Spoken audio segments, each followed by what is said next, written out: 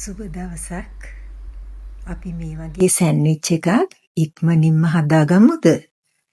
බලන්න මම නම් අවශ්‍ය කරන ද්‍රව්‍ය ටික ලෑස්ති කරගෙනයි තියෙන්නේ.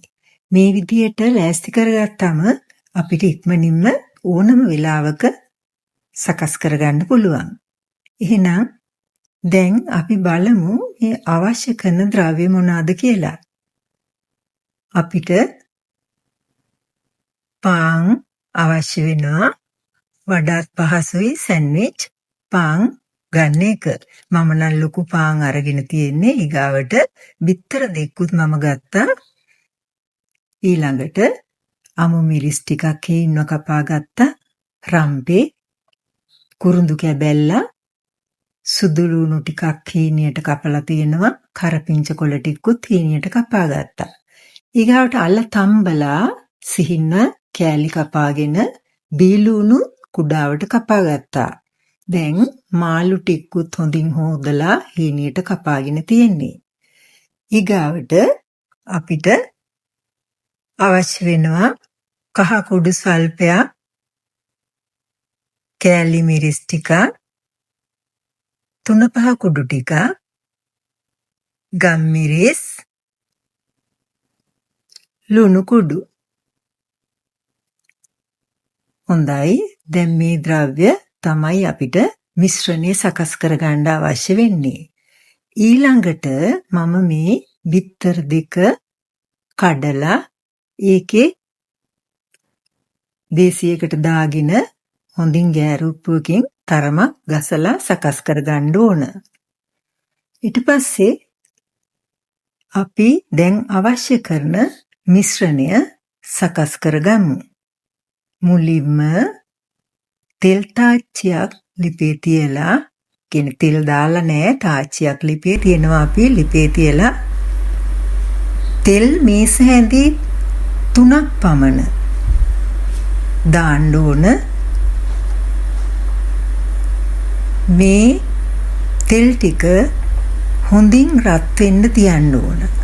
නැත්නම් අර තෙල් රහ එන්න පුළුවන්. ඔබට කැමති මේ තෙල් වර්ගයක්, ඒ කියන්නේ ආහාර පිසීම සඳහා යොදා ගන්න ඕනෑම තෙල් වර්ගයක් පාවිච්චි කරන්න පුළුවන්. දැන් මේ තෙල් ටික හොඳින් රත් වෙගෙන ආවට පස්සේ අපි අවශ්‍ය ද්‍රව්‍ය එකතු කරන්න ඕන. දැන් නම් තෙල් ටික රත් වෙලා තියෙන්නේ. එහෙනම් මම මුලින්ම මේකට එකතු කරනවා සුදු ලුණු ටිකක්. සුදු ලුණු ටික එකතු කරලා ඒක තරමක් රන්වන් පාට වේගෙන එන විට තමයි ඉතිරි ද්‍රව්‍ය එකතු කරන්නේ. ඊළඟට මම මේකට එකතු කරන්නේ කපාගත්ත කරපිංචා.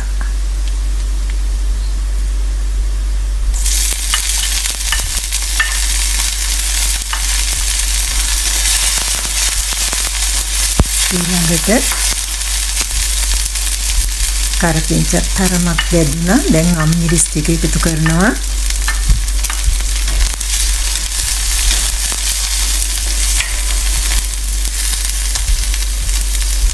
ඊළඟට රම්පේ සහ කුරුඳු කෑල්ල එකතු කරන්න ඕන.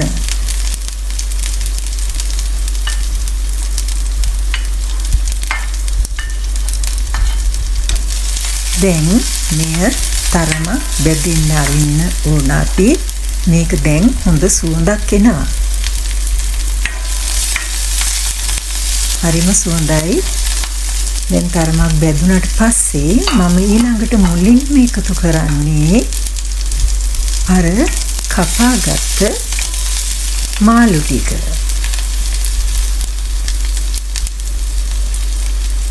මොකද මාළු ටික අමුයෙන් තියෙන්නේ. ඒ නිසා මේක තරමක් බෙදෙන්න ඕන. හීනියට කපලා තියෙන නිසා මේක ඉක්මනින් තැම්බෙනවා. කිසිම ගැටලුවක් වෙන්නේ නැහැ. සෑන්ඩ්විච් එක හැදෙනකොටත් නැවත මේ රත් වෙනවනේ. ඒ නිසා සාමාන්‍ය ප්‍රමාණයකට බෙදුනම ඇති.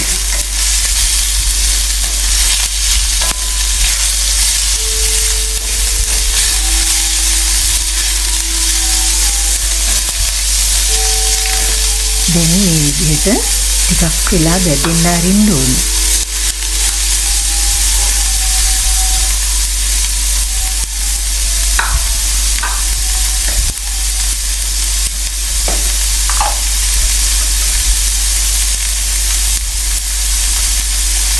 දැන් අපි මේකට එකතු කරනවා ගම්මිරිස් කුඩු, කෑලි මිරිස් ටික, ඊගාවට කහ කුඩු ස්වල්පයක්, ඊළඟට 3-5 කුඩු ටික. ඒක ඔබේ රස අනුව එකතු කරගන්න පුළුවන්. දැන් තව ලුණු කුඩු ස්වල්පයක් ඒකත් ඔබේ රස පදමට එකතු කරගන්න ඕන.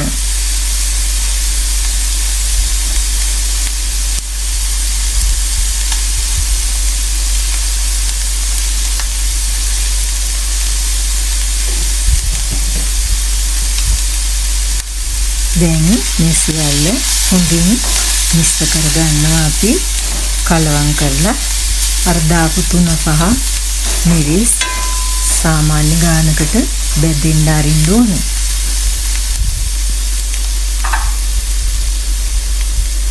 ඊට පස්සේ අපි මේකට ලුණු එකතු කරගන්නවා. මොකද ලුණු ගොඩාක් මේ තැම්බෙන්න අවශ්‍ය නැහැනේ. ඒ නිසා ඒක අන්තිමට තමයි අපි එකතු කරගන්නේ. ලුණු තරමක බෙදුනට පස්සේ ඊගාවට අපි අන්තිමට එකතු කරගන්නේ අර තම්බගත්ත අල ටික. තම්බලා තියෙන නිසා ඒකේ තරම් වෙලාවක් බෙදෙන්න අවශ්‍ය නැහැ. ඒ නිසා තමයි අපි ඒක අන්තිමටම එකතු කරගන්නේ.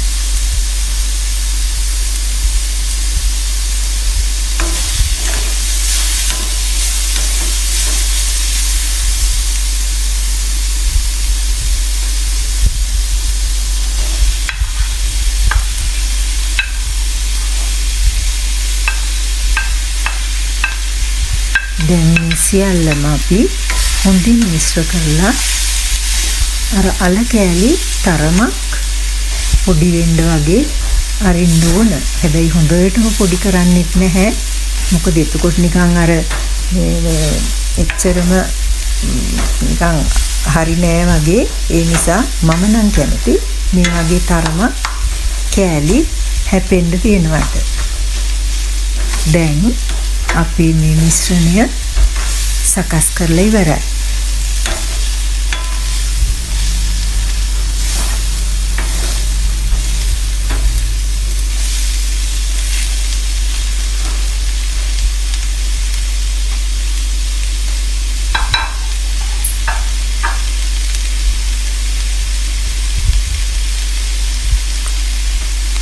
දැන් මම ටෝස්ටර් එක ටිකක් රත් වෙන්න ඕන් කරලා තියෙනවා. නැත්තම් අර පාන් ටික දාපු ගමන් ඉක්මනින්ම ටෝස් වෙන්නේ නැති නිසා. ඊළඟට මම පාන් වලට මේ පිරවුම දාලා සකස් කරගන්න ඕන. මුලින්ම අර මිශ්‍රණය පාන් පිටි මතට දානවා. දාලා හොඳින් විසිරෙන්න සකස් කරගන්නවා. හැම තැනටම පැතිරිලා යන විදිහට.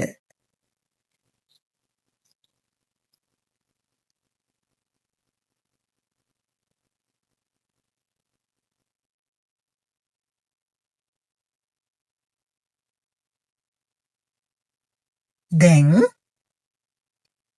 තවත් පාන් පෙත්තක් අරගෙන අර බිත්තර සාරු වල පොඟවලා ඊට පස්සේ අර මුලින් මිශ්‍රණයේ තියෙන පාන් පෙත්ත අපි වසා ගන්නවා.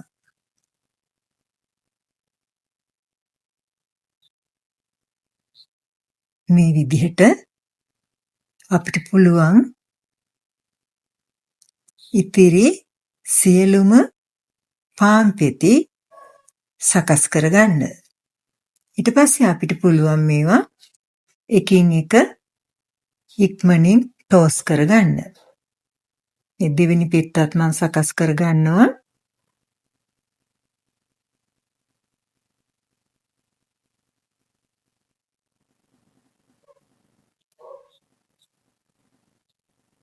අපිට කැමති නම් මේ බිත්තර සාරුවල පොඟවන්න නැතුව හදා ගන්නත් පුළුවන්. ඒ වගේම මේ මාළු වෙනුවට ඔබට කැමති ඕනෑම දෙයක් යොදා ගන්න පුළුවන්. ඒ කියන්නේ මස් හරි එහෙම නැත්නම් වෙනත් ඕනෑම සැමන් ඒ වගේ සැමන් මාළු තමයි. නමුත් ඕනෑම මාළු වර්ගයක් යොදා ගන්නත් පුළුවන්.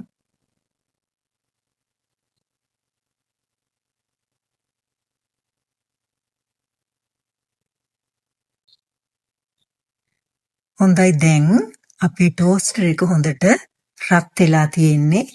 ඒකෙත් මම බටර් පොඩ්ඩක් ගාලා සකස් කරගෙන තියෙන්නේ.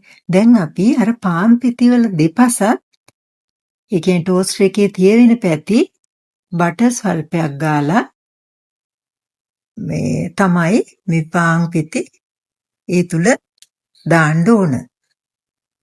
දෙපැත්තෙම බටර් ස්වල්පයක් ආලේප කරනවා.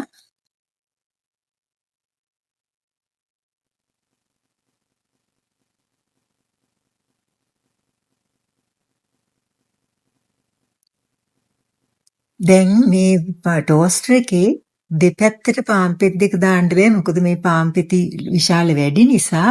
ඒ නිසා මම එක එක පාන් පෙති සෙට් එක ගානේ තමයි දාන්නේ. ඒක හරස් අතර දානවා. නැත්තම් දාන්න බෑ. මොකද දිග අතර දාන්න බෑ. හරස් අතර තමයි මම දැම්මේ.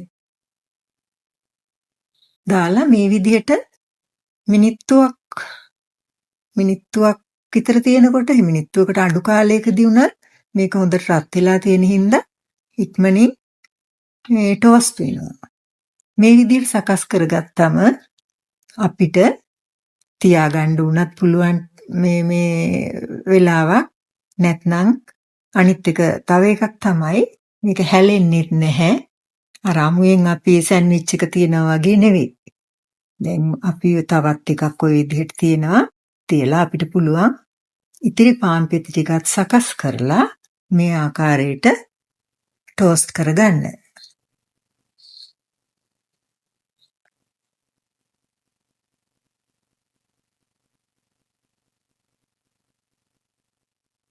බලන්නකො ලස්සනට අර දාර රන්වන් පාට වෙනවා. මොකද අර බටර් ස්වල්පයක් ආලේප කරන නිසා මේ බටර් හරි මාජරින් හරි ඒ වගේ ඕනෑම දෙයක් එහෙම නැත්තම් තෙල් ස්වල්පයක් හරි කමක් නැහැ. අර මේ ටෝස්ටර් එකේ ආලේප කරාම ওই විදිහට ලස්සනට රන්වන් පාටව අපිට ටෝස්ට් කරගන්න පුළුවන්.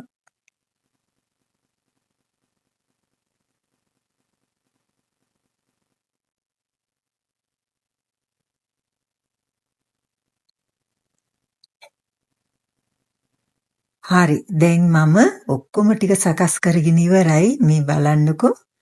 අපිට කැමති නම් මේක ලොකු වැඩි නම් අපිට පුළුවන් මේක පාන් පෙති සෙට් එකක් අරගෙන ඒක අර මැද්දේ දාරි දිගේ දෙකට කපලා මේ දෙකක් වෙන විදිහට සකස් කරගන්නත් පුළුවන්. ලොකු වැඩි කියලා හිතනවා නම්. ඇත්තටම ලොකුයි මේ පාන් පෙති. මොකද අර ලොකු සෑන්ඩ්විච් පාන් නිසා. බලන්නකෝ ඔබත් හදලා බලන්න මේ වගේ ඕනෑම වෙලාවකට දවසේ කන්න පුළුවන්. එහෙනම් අපි තවත් දවසක මේ වගේ රස කෑමකින් හමු වෙමු. ඔබට සුබ දවසක්.